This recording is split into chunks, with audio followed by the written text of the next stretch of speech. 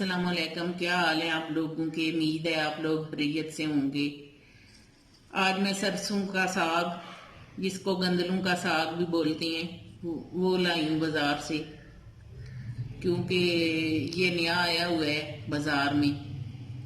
तो सोचा कि इसकी रेसिपी बनाते हैं, क्योंकि गंदलों का साग और मकई की रोटी का मज़ा ही कुछ और होता है। इसलिए हम लोग आज ये सरसों का साग और मकई की रोटी की तैयारी कर रहे हैं।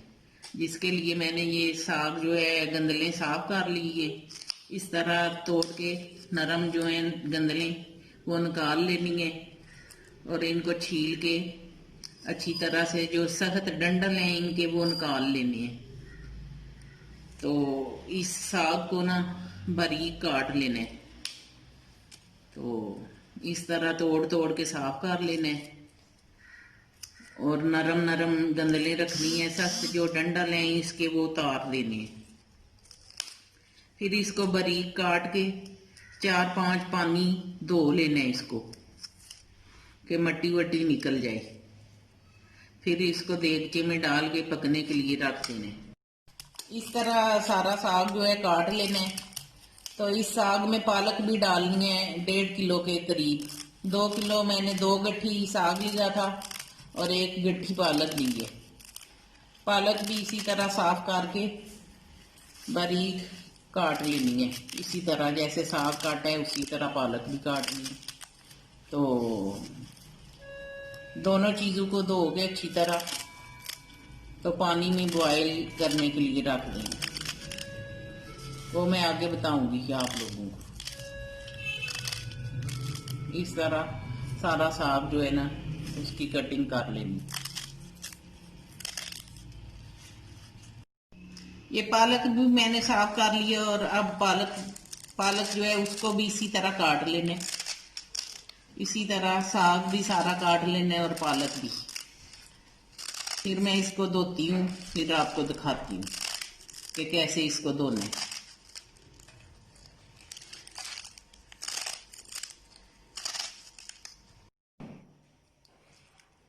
ये साग मैंने 3-4 पानी से धो लिया है, धो के अच्छे से वॉश कर लिया है।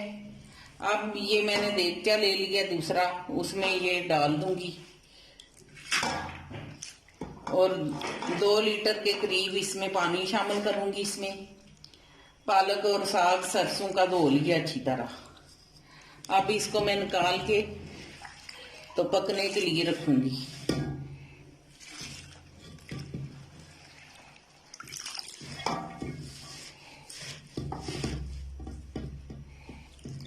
जब गल जाएगा तो फिर इसको घोटने से घोट लेना है।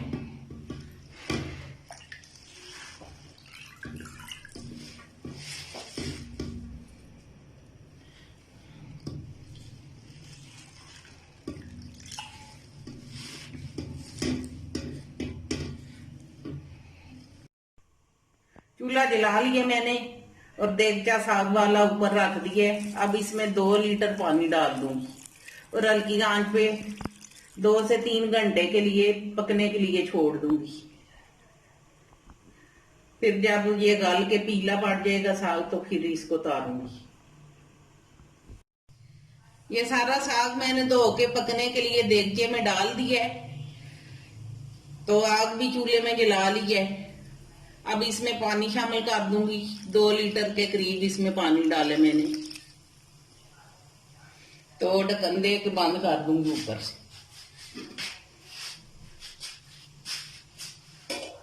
अब इसको कवर करके 2 से 3 घंटे के लिए ऐसे छोड़ देना है हल्की आंच पे, पकता रहे। जितनी देर में ये गलेगा उतनी देर में मैं इसका मसाला तैयार कर लूंगी। ये देखें जी, माशाल्लाह से साग बन के तैयार हो गया है। माशाल्लाह से गल गया अच्छी तरह। अब मैं इसको निकाल दूंगी और ये जो एक्स्ट्रा पानी है इसका ये भी निकाल दूंगी और अच्छी तरह इसको घोटने से घोट लूंगी। बिस्मिल्लाहिर्रहमानिर्रहीम।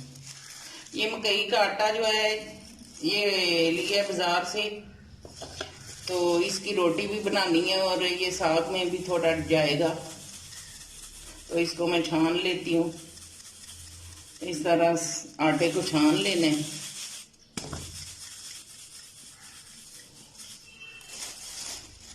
आटे को छान लिया मकई के आटे को।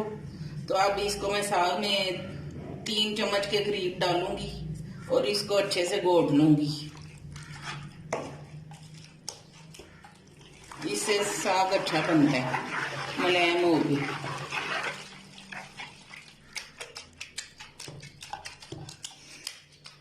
इसके बाद इसको तड़का लगाऊंगी, ये घोट के साग।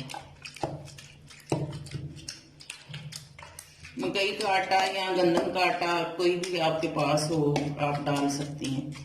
ज़रूरी नहीं है कि मकई का ही डालें, बाजरे का आटा भी इसमें डाल सकती हैं। उससे ये होता है कि ये जो साग है मुलायम होकर पकता है।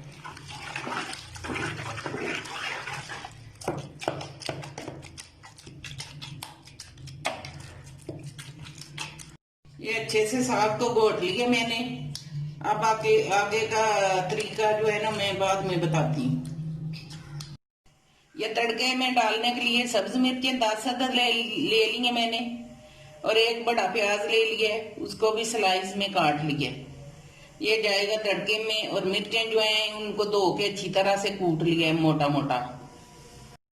ये देगची चूल्हे पे चढ़ा दिए मैंने और 3 बड़े चम्मच भर के ऑयल डालूंगी इसमें, क्योंकि ज्यादा ही होना चाहिए ऑयल ना साग में, तो अच्छा लगता है।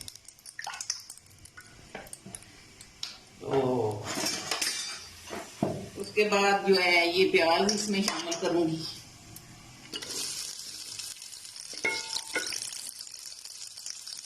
और गोल्डन होने तक इसको पकाऊंगी। प्याज माशाल्लाह गोल्डन हो गया अच्छे से। अब इसमें सब्ज मिर्च शामिल करूंगी और 1 मिनट के लिए इसको भूनना। उसके बाद साग डाल देना इसमें। साग डाल के तो पानी खुशक होने तक इसको पकाना है।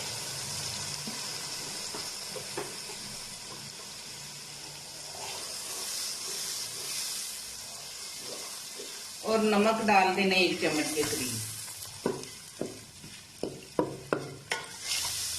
अब इसमें मैं नमक डालती हूँ, टेस्ट के हिसाब से आप डाल सकती हैं।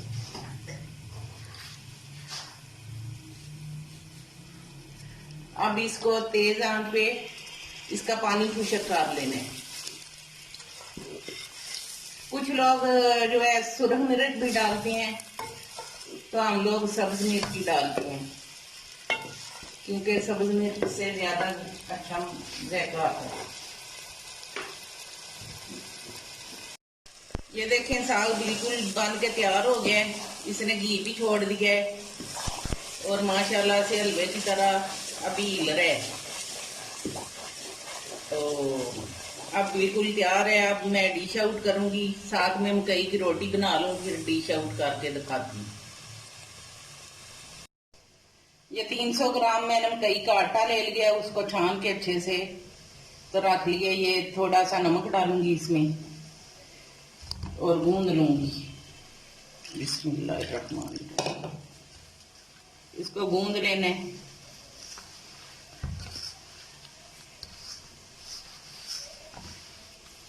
इस तरह मसल मसल के गूंदना है।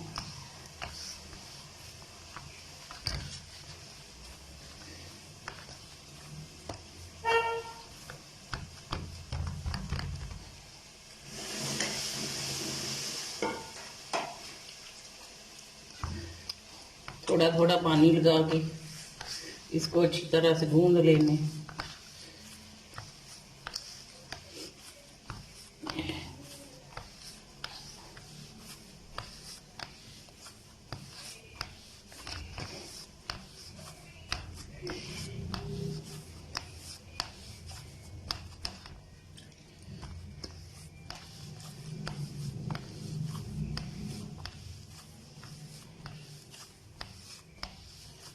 आटा गूंद लिया मैंने।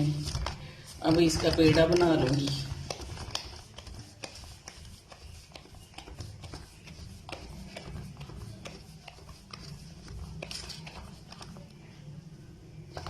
इस तरह इसका पेड़ा बना लेना है। इस तरह से ये रोटी जो है मकई की, इसको मैं पतला कर लूंगी और इस तरह करके पका लेने।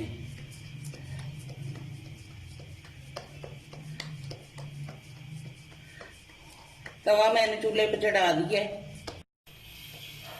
तवा चूल्हे पे चढ़ा दिया, अब इसको मैं ग्रीस कर दूंगी, रोटी चिपके ना ऊपर, देसी घी से।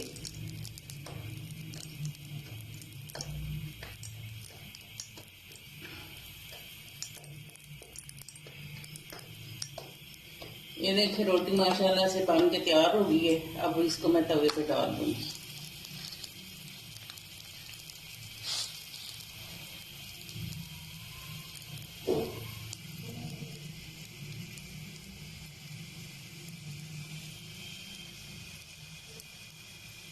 और 3 मिनट के बाद इसकी साइड चेंज करूंगी। अब ये मैं इसकी साइड चेंज कर दूंगी। ये देखिए माशाल्लाह से कितना अच्छा कलर आ गया है। इसी तरह दूसरी साइड भी डालूंगी। ये देखिए माशाल्लाह से रोटी बन के तैयार हो गई है। अब मैं इसको ताप लूंगी।